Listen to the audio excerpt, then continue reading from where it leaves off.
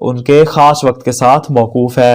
وَهُوَ لَا يَخْلُو عَقْلًا مِّن وُجُوهٍ ثَلَاثَةٍ، فرماتے ہیں واجب موقت کے بارے میں ہماری بحث دو مقامات پہ ہوگی، غور کیجیے گا۔ فرماتے ہیں پہلا مقام کون سا ہے؟ مقام ثبوت یا احتمالات۔ ہم کچھ احتمالات ذکر کریں گے جو واجب موقت کے متعلق آتے ہیں، پہلے ان احتمالات کو بیان کریں گے جو کہ ہمارا مقام ثبوت ہے۔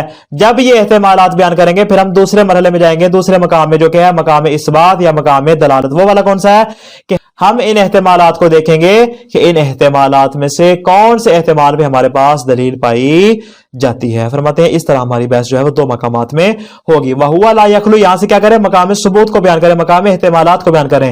فرماتے ہیں وَهُوَ لَا يَخْلُو عَقْلًا مِّن وُجُوهِ الثَّلَاثَةِ، واجب موقت جو ہے وہ عقلاً تین صورتوں سے خالی نہیں ہے۔ اما ان یکون فعلہ زائدا علی وقتہ المعین لہ، فرماتے ہیں کہ جو فعل جو آپ نے انجام دینا ہے وہ اپنے معین وقت سے زیادہ ہو، یعنی وقت معین آپ کو ملا 5 منٹ کا اور آپ نے اس کو انجام دینے کے لیے جو وقت چاہیے وہ ہے 10 منٹ کا۔ او مساوی لہ، یا فعل کو انجام دینے کا وقت اور جو مولا کی طرف سے وقت معین کیا ہے دونوں کے یہاں برابر ہو، کام بھی 10 منٹ میں ہو سکتا ہے، مولا کی جانب سے بھی آپ کو 10 منٹ ملے ہیں۔ او ناقصاً عنہ، یا کیا ہو اس سے کم ہو، یعنی کیا مطلب مولا نے آپ کو حکم دیا کہ اس کام کو 1 گھنٹے کے اندر انجام دے سکتے ہو اور وہ کام انجام دینے میں کتنی دیر لگتی ہے؟ 5 منٹ لگتے ہیں، 10 منٹ لگتے ہیں، یعنی جو آپ کو وقت دیا گیا ہے، جو وقت معین ہے وہ زیادہ ہے اور جس میں آپ نے انجام دینا ہے فرماتے ہیں وہ کم وقت درکار کرتا ہے۔ یہ ہمارے سامنے 3 صورتیں ہیں، یا تو دونوں کا وقت برابر ہو، یا فعل کی انجام دہی کے لیے زیادہ وقت چاہیے، یا فعل کی انجام دہی کے لیے کم وقت چاہیے۔ فرماتے ہیں ہمارے سامنے ممکنہ 3 صورتیں آ جاتی ہیں۔ اب ان 3 صورتوں کا ہم کیا کریں گے؟ جائزہ لیں گے مقام ثبوت میں، یعنی 3 صورتیں ہمارے سامنے کیا ہوگی؟ ممکن ہوگی، وقت کم ہے اور انجام دینے کے لیے وقت زیادہ درکار ہو۔ فرماتے ہیں والاول ممتنع، جہاں تک صورتحال پہلی والی قسم کی ہے فرماتے ہیں ایسی قسم جو ہے وہ ناقابل قبول ہے، ممتنع ہے، اصلاً ایسی قسم ہو نہیں سکتی۔ کیا کہ مولا نے آپ کو 5 منٹ دیے ہیں اور کام کرنے کے لیے آپ کو گھنٹہ چاہیے، فرماتے ہیں ایسا ہو نہیں سکتا، بلکہ یہ تکلیف ما لا یطاق میں آ جاتی ہے۔ لیس الانسان الا ما وسعہ، فرماتے ہیں جو انسان کی وسعت میں ہے، جو انسان کر سکتا ہے مولا اسی چیز کا حکم دے گا۔ کام آپ کو کرنے کے لیے گھنٹہ لگے گا، مولا آپ کو 5 منٹ دے رہا ہے، فرماتے ہیں ایسا واجب ہو ہی نہیں سکتا۔ لأنہ من التکلیف بما لا یطاق، فرماتے ہیں یہ تکلیف ما لا یطاق میں سے شمار ہوتا ہے۔ وثانی، اور دوسری قسم کون سی والی؟ جہاں پہ ہم نے کہا تھا معین وقت اور انجام دینے کا وقت کیا ہے؟ دونوں برابر ہوں۔ فرماتے ہیں وثانی لا ينبغي الاشکال فی امکانہ ووقوعہ، فرماتے ہیں کہ اس کے امکان میں اور اس کے وقوع میں کسی کو بھی شک و شبہ نہیں، کسی کو بھی اعتراض نہیں، سب کے نزدیک یہ والی قسم امکان بھی رکھتی ہے اور وقوع بھی رکھتی ہے۔ اس قسم کو ہم واجب مضیع کا نام دیتے ہیں۔ وَهُوَ الْمُسَمَّى الْمُضَيِّع کو فرماتے ہیں اس قسم کو واجب مضیع کا نام دیا جاتا ہے، کالصوم میں جیسا کہ روزہ رکھنا، اذ فعلہ ينطبق على وقتہ بلا زیادۃ ولا نقصان، فرماتے اس لیے کہ روزے کو انجام دینے کا جتنا وقت دیا گیا ہے وہ وقت بھی اتنا ہی ہے، جس میں آپ نے انجام دینا وہ بھی برابر ہے۔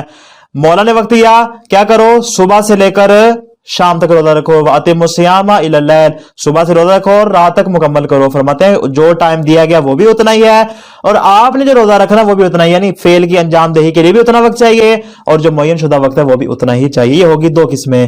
اور تیسری قسم کیا ہے کہ معین وقت زیادہ ہو اور عمل انجام دینے کے لیے آپ کو 5 منٹ مثال کے طور پہ چاہیے، اس کو ہم واجب موسع کا نام دیتے ہیں۔ پہلی قسم ممتنع ہے، دوسری قسم امکان بھی رکھتی ہے، وقوع بھی رکھتی ہے، سب کا اتفاق ہے، لیکن جو تیسری قسم ہے فرماتے یہ ہماری محل بحث میں آ جائے گی۔ والثالث وهو المسمى الموسع، فرماتے جو تیسری قسم ہے وہ ہے واجب موسع۔ واجب موسع کیا ہوتا ہے؟ فرماتے واجب موسع میں یہ ہوتا ہے کہ جو مولا کی جانب سے وقت دیا گیا وہ زیادہ، مثال کے طور پہ 1 گھنٹہ، اور آپ اس کام کو 5 منٹ میں انجام دے سکتے ہیں۔ مثال کے طور پہ نماز ہے، نماز کے لیے مولا نے آپ کو اتنا کھلا وقت دیا ہے، آپ نماز 5 منٹ میں، 10 منٹ میں، آدھے گھنٹے میں اس کو انجام دے سکتے ہیں۔ لأن فيه توسعة المكلف في اول الوقت وفي اثنائه وآخره، فرماتے اس لیے کہ مکلف میں وسعت پائی جاتی ہے، مکلف میں اختیار پایا جاتا ہے کس بات کا؟ کہ چاہے تو اس کو اول وقت میں انجام دے، چاہے تو اس کو درمیان میں انجام دے، چاہے تو اس کو آخر میں انجام دے۔ کالصلاۃ، جیسے کہ نماز جمعہ ہے یا نماز آیات ہے۔ فرماتے وقت وسیع ہے، نماز ظہر کا وقت شروع ہوا، آپ کے پاس 3 گھنٹے ہیں مثال کے طور پہ، فرماتے آپ پہلے گھنٹے میں پڑھ لیں تو بھی مسئلہ نہیں، دوسرے میں پڑھ لیں تو بھی مسئلہ نہیں، تیسرے میں پڑھ لیں تو بھی کوئی مسئلہ نہیں ہے، آپ کے اوپر وسعت پائی جاتی ہے، آپ کو یہ اختیار حاصل ہے۔ فإنه لا يجوز تركه في جميع الوقت، ہاں یہ بات ذہن میں رہے کہ آپ مثلا اس کو انجام انجام ہی نہ دے، نہ پہلے وقت میں، نہ دوسرے میں، نہ آخر میں، فرماتے اس کو پورے کے پورے وقت میں ترک کرنا آپ کے لیے جائز نہیں ہے۔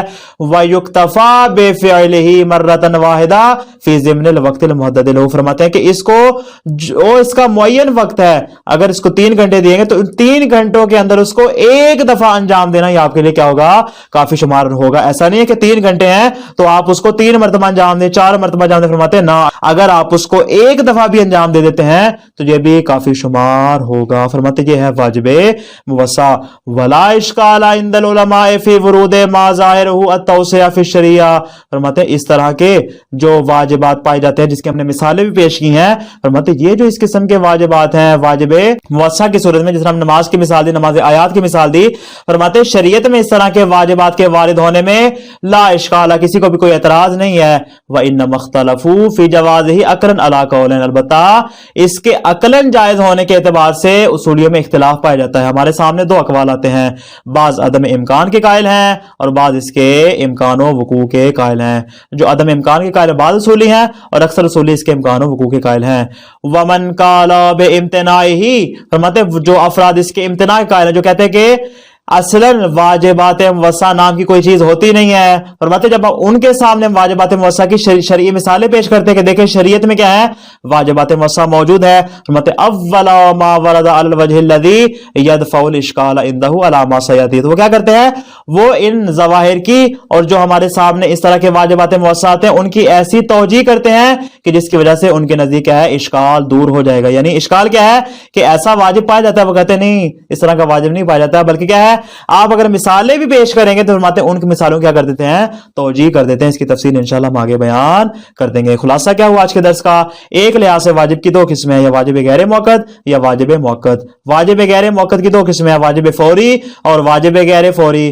واجب موقت کی بھی 2 قسمیں ہیں، واجب موسع اور واجب مضیق۔ فرماتے ہیں واجب غیر موقت سے مراد ہے کہ جس کا زمانہ معین نہ ہو، جیسے مسجد سے نجاست دور کرنا۔ واجب فوری سے مراد یہ ہے کہ جس کو اول وقت سے مؤخر کرنا جائز ہے، جیسے سلام کا جواب۔ واجب غیر فوری سے مراد یہ ہے کہ جس کو اول وقت سے مؤخر کرنا جائز ہو، جیسے کہ قضا نماز پڑھنا۔ واجب مؤکد سے مراد یہ ہے کہ جس کا زمانہ معین ہو، جیسے کہ نماز ہے، جیسے کہ روزہ وغیرہ ہے۔ واجب موسع سے مراد یہ ہے کہ جس کا معین شدہ زمانہ زیادہ اور امتثال کے لیے کم وقت درکار، جیسے کہ نماز ظہر کا وقت ہے۔ اور واجب مضیق سے مراد یہ ہے کہ جس کا معین شدہ زمانہ اور امتثال کا زمانہ برابر، جیسے ماہ مبارک کے رمضان کے روزے۔ ہمارے سامنے ساری قسمیں آگے، فرماتے ہیں تمام قسموں میں سے واجب موسع کے بارے میں علماء کے درمیان اختلاف پایا جاتا ہے۔ اس کو انشاءاللہ کل کے درس میں تفصیل کے ساتھ بیان کریں گے۔ والسلام علیکم ورحمۃ اللہ وبرکاتہ۔